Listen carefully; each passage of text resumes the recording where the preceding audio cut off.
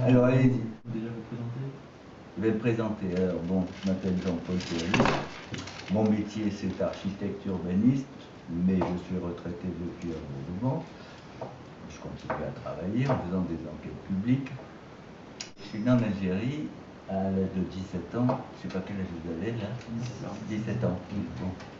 À l'âge de 17 ans, je ne connaissais pas la France. Je n'avais pas mis les pieds hors d'Algérie. Et en fait, je suis parti d'Algérie au moment où après le baccalauréat, au moment où j'ai commencé mes études d'architecte à l'école de Beaux-Arts à Paris. C'était un lycée français, il n'y avait pas d'autres lycées. À l'époque, il y avait collège, il y avait école primaire, collège et lycée, mais collège et lycée, c'était dans le même établissement, c'était pas comme aujourd'hui, dans lequel il y avait une section, ce qu'on appelait section classique, où j'étais. On faisait du latin, du grec, enfin bon, tous ces trucs-là. Et puis une section moderne dans le collège, ça s'appelait le collège moderne, mais dans lequel on ne faisait pas les langues. Moi j'étais interne tout le temps. Moi je suis rentré, on habitait vraiment dans le bled, entre guillemets, dans un petit village qui s'appelait Aïn Beïda, A-I-N trait d'union B-E-I-D-A, ça veut dire la Fontaine Blanche. En fait, c'est un secteur dans lequel il n'y avait pratiquement pas d'eau. Le lycée qui était à Beaune, c'est-à-dire à Navarre, il était à 150 km de là. Donc en fait, après l'école primaire, en 6e, je suis rentré au lycée interne. Je ne revenais chez moi que comme moment de vacances. À cette période-là, à votre âge, moi j'étais, le lycée, c'était ma résidence principale. Et la seule activité, c'était le foot. La grosse activité principale, surtout pour les internes, c'était le foot. Dès qu'on sortait de table, on allait jouer au foot sur le stade. Dès que le soir c'était pareil, il y a tous les interclasses. Les interclasses, on joue au foot. Voilà. En gros, c'était un peu une institution. Et là-bas, c'était encore un peu plus particulier parce qu'en fait,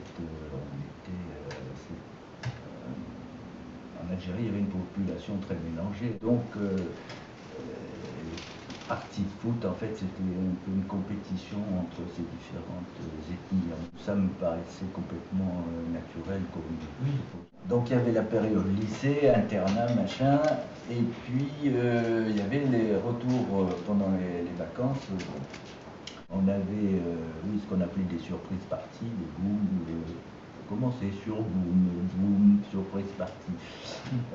Mais je ne peux pas comparer à ce qui se passe aujourd'hui parce que c'était très réglementé. Hein. Ça se terminait à 20 h, on devait être dans nos familles, chez nos parents. Voilà. Les jeux, il y en a deux qui me reviennent à l'idée. Là, c'est la pratique des osselets. On jouait soit avec des os, des vrais os, là, je ne sais pas de quelle partie du corps d'animal ils viennent, je ne me souviens pas, ou avec des petits galets. Donc on devait jeter un truc en l'air, ramasser 2, 3 machins, enfin bon, on comptait des points. Bon, ça c'était un des jeux, plutôt quand même qu'à 17 ans. Hein. Ouais. Et puis un autre, je ne suis pas non plus au baseball, on pourrait comparer ça s'appelait le kiné.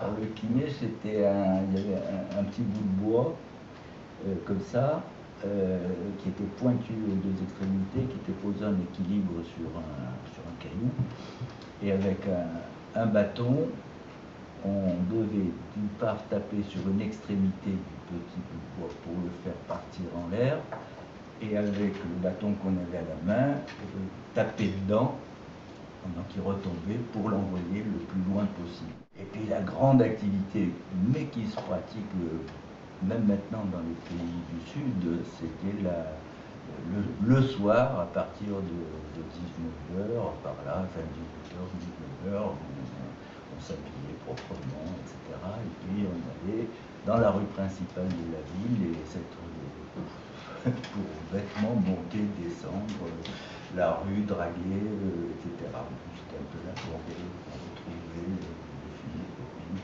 Mais avec quand même une différence, c'est que chacun chacun dans son groupe, quoi. C'était les garçons d'un côté, les filles de l'autre. Hein.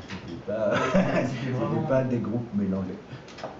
Autre chose importante, c'est qu'évidemment les lycées et les établissements n'étaient pas mixtes. Et nous, on avait une certaine mixité dans des classes. Enfin, à l'époque, le baccalauréat, il y avait deux parties du bac.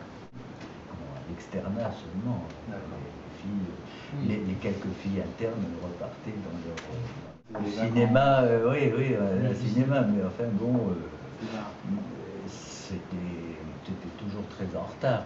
Et l'Algérie en septembre 1954, et la guerre d'Algérie a commencé en novembre 1954, hein, donc 3 mois après, mais j'y retournais.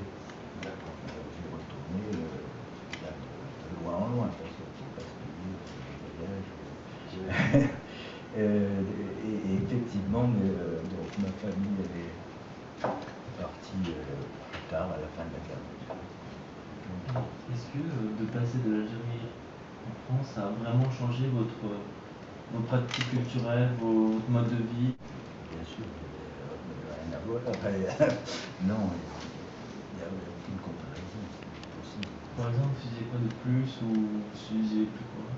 De plus, quand je suis arrivé, j'ai trouvé une espèce de liberté, je faisais ce que je voulais.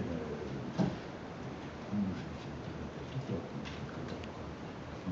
Quand je suis arrivé en France et que les événements entre guillemets se sont déclenchés, là c'était moins facile. Et puis j'étais en désaccord avec ma famille, avec mes parents, parce qu'ils comprenaient encore beaucoup moins que nous. Et moi je voyais bien qu'en France on n'avait pas les mêmes réactions, etc.